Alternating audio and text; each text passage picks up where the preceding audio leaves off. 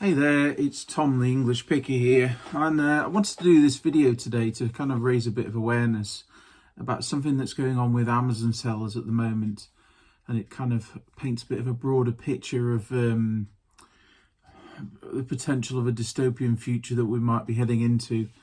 So I sell on Amazon, I sell on other platforms, Etsy, eBay, stuff like that, and what it's always been is that as a third-party seller on Amazon, when you sell something, the funds go into like their holding account, and then every 2 weeks, Amazon pays your business. Or you can request it to be sooner if you want. So at any time, I think you can only do once per 24-hour period, you can request to be paid. And then from that point, it takes 5 working days for it normally to get into your account. So it used to be a little bit quicker than that, maybe 1 or 2. But in contrast, places like eBay, now they've moved away from PayPal.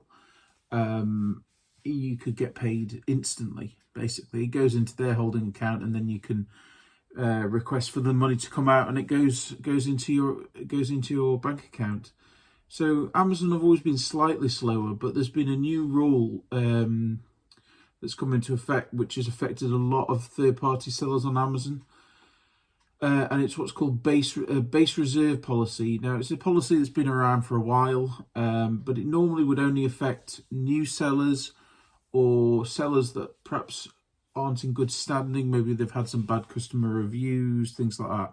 So they kind of get put on the naughty step. But what Amazon have done is they've rolled this out to, as far as I'm aware, all sellers. Starting, they emailed us, I think it was about 2 months ago. And I didn't really lend any sort of credence to the email. They send all sorts of different emails about things. So it kind of, I didn't pay any attention. But it was on the 4th of August, I think it came into effect. And I'll just read the email out, and it says, "Hello, your Amazon seller account has a base reserve policy called delivery date based reserve. This means that your funds will now be available for disbursement according to the delivery date of a shipment plus 7 days. For example, if you ship an item on the 1st of January and the delivery date is the 4th of January, the funds will be available for disbursement from the 12th of January. What they don't tell you there, though, is obviously then on top of that, it takes 3 to 5 business days to go into your account. Previously, your funds were available for disbursement based on the ship date of the shipment. So as soon as when you're doing merchant fulfilled, as soon as you pay for the postage online or mark it as dispatched and put tracking information in, the funds were then available in that pot to then request the disbursement to go into your account in 3 to 5 days. So it was sort of a bit quicker. I mean, I generally left it every 2 weeks to be paid out unless I knew there was a big bill or something coming up.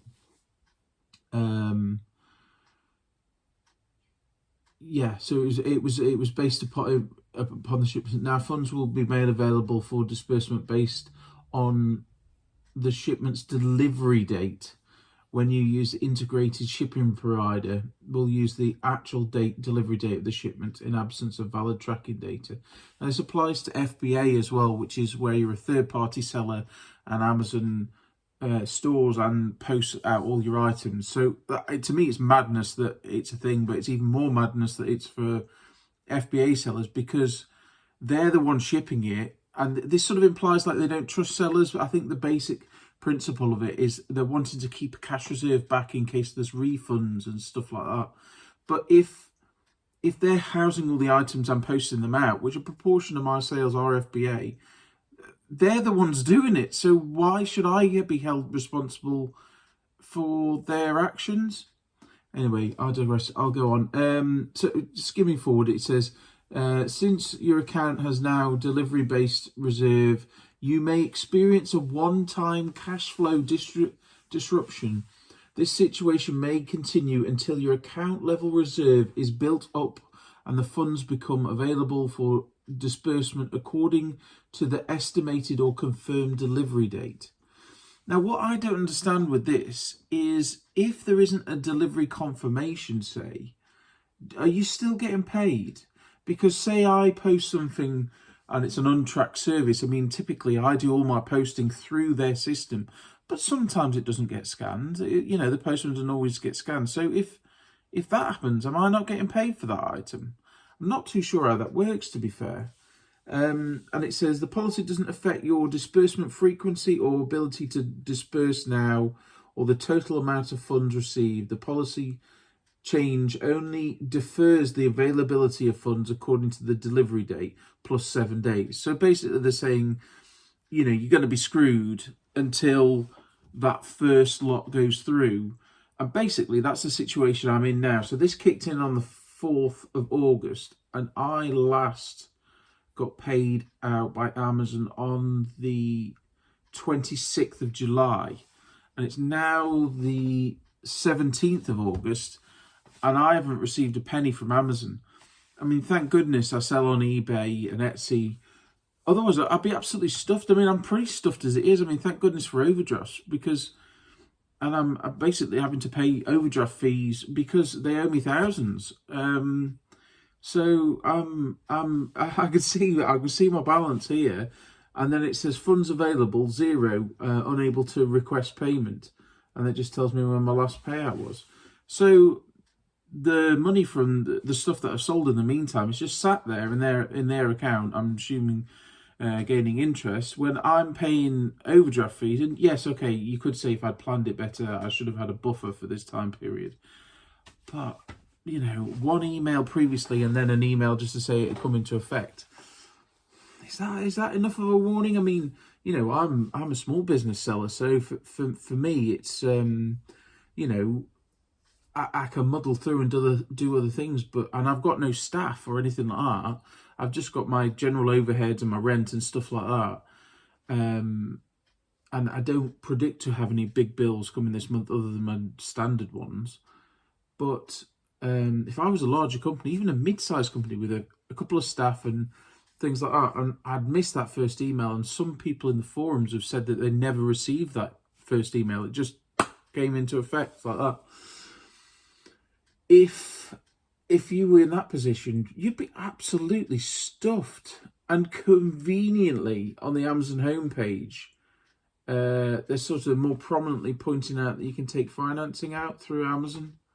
I mean, that's just my sort of conspiracy theory there. But yeah, the whole thing absolutely sucks. And there's been various radio segments on it. The sort of more notable was Jeremy Vine did a segment on it on the BBC. And some of the stories on that were just heartbreaking. It's like, oh gosh, it just really needs to talk about it more. And I know there's going to be some resentment, like, oh, poor Amazon sellers, or poor this. I work and I get paid at the end of the month. You should have planned better. But the problem is it's the fact it's seemingly out of nowhere, and you can see that. Like, I mean, I've been selling on Amazon for I think 10 years now. I've certainly had the account for that long, and it's got to be close to that. Yeah, probably is. And like, my account's in good standing. I've got good feedback, no issues with avoiding returns or refunds. I've tried really hard to get my performance metrics, because they kick you off the platform if they're not. So you've got to go above and beyond. And to be sort of chastised in such a way, other sellers have said the same, impeccable records. I can understand this for someone whose account's maybe a bit dodgy, they've made some questionable decisions in the past, or if they're new, unproven track record.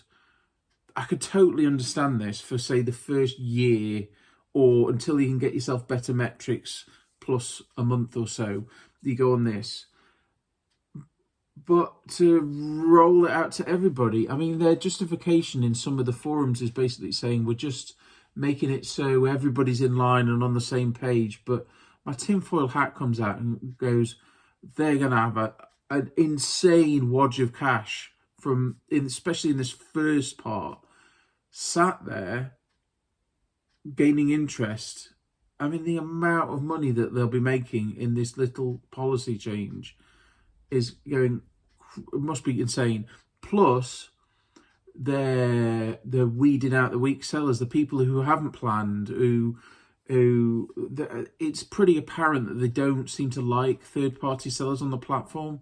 Don't know why. As far as I'm concerned, the customers get a better experience if they've got more options, more choice. It seems madness that they're weeding out sort of the third-party sellers. So I don't know. It needs it. So if you can share this video, try and get the awareness out. I know it's been a bit wordy and a bit lengthy, but basically, essentially, I have no idea when I'm going to get paid by Amazon, and I'm still selling stuff. I'm still posting stuff out. I'm still accruing the postal cost for posting the stuff out. I've still had stuff come back for returns and got all the costs, my business costs, and I'm not being paid by them. I mean, thank goodness for eBay. I mean, hats off to them. They're, touch wood, at the moment, carrying on like this. But I have heard that Etsy tried to employ a similar thing like this before in the past, and there was huge sort of like resentment and pushback over it, and I believe they reversed the decision over it. Now, whether Amazon listen, I mean, their Seller Central customer service staff haven't got a clue. They don't seem to know about this change or anything. So I don't think they'll care. I think even if there's pushback, they just don't care. They're just earning so much money. They really do not give a monkeys at all. It's sad. It's really sad. And I'm just thankful that I used to be all in on Amazon, like really all in. And I'm just thankful I've eased back a little and gone, selling on other platforms. Like I'll reiterate again, I would have been absolutely stuffed. So yeah, that's the situation. I mean, it's kind of harking back to the start. I said that there's dystopian future. I mean, if you're still listening at this point, get your tinfoil hats out, because this is a sign of the times. I feel, with all post-pandemic and this whole push towards paying contactless and paying your card and self-service tills and that whole cashlessness of everything. I mean, where I go swimming, they don't take cash anymore. My dentist doesn't take cash anymore. Who's to say that because of your political views or your business or any of a myriad of different things, your bank decides, well, actually, I don't really like this guy, so we're going to impose a 7-day buffer on him or something, so he can't do stuff for 7 days. So you go and try and get dental work done, and sorry, your card's been declined. You're going to have to come back in a week because your bank says, you're on the naughty step, basically. You can't do that with cash. So I will do another video about this, but if you're dealing with small businesses, I know there's a stigma about paying small businesses with cash. Oh, they're going to dodge the top tax man and all this. But if you're dealing with small businesses, please try and pay cash. That's my sentiment that I'm finishing with. But yeah, it's crazy how these large companies that you rely your business on can just enact one policy change and it just screws over so many people. It's shocking. So there you go. Let me know your experiences and comments in the comment section below. I went a little bit off the rails there, but I don't look it, but I'm pissed off. I've had a while to think about this, but it's just ridiculous. Absolutely ridiculous. So thanks for watching, everyone. Don't forget to like, comment, subscribe, and if you can share this video, that'd be greatly appreciated. And I'll catch you in the next one. Bye.